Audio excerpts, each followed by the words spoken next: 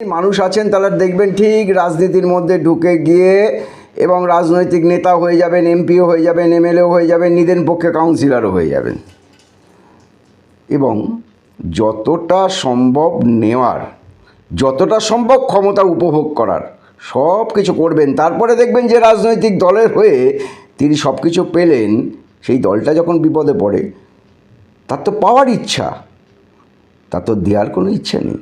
আবার পাওয়ার জন্য সে ছুটে আবার আর এক দলের কাছে, যাকে দিনের পর দিন গালাগালি দিয়েছেন তার সাথেই দেখবেন কি সুন্দর গলা জড়িয়ে ছবি তুলছে, তার কি ভূয়সী প্রশংসা করছে।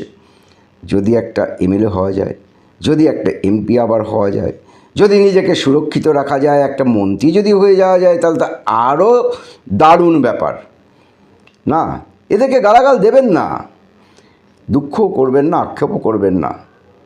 আপনি একজন রাজনৈতিক কর্মী, দুবেলা দুমুঠো ডাল ভাত খেয়ে আপনি মানুষের কাজ করে এসছেন, দলের কাজ করে এসছেন, দলকে মানুষের সামনে তুলে ধরবার চেষ্টা করেছেন। এটাই আপনার সততা। আর আপনার রাজনৈতিক প্রজ্ঞা, জ্ঞান, বিচার, বুদ্ধি, শুধু এটাই ভাববেন, তার ধারের কাছে ওরা নেই। কাজেই ওই সমস্ত এমপি, এমএলএ, কাউন্সিলররা আপনার কোনোদিনও যোগ্য হতে পারবে না, যদিও আপনি একজন কেবলমাত্র সাধারণ রাজনৈতিক কর্মী।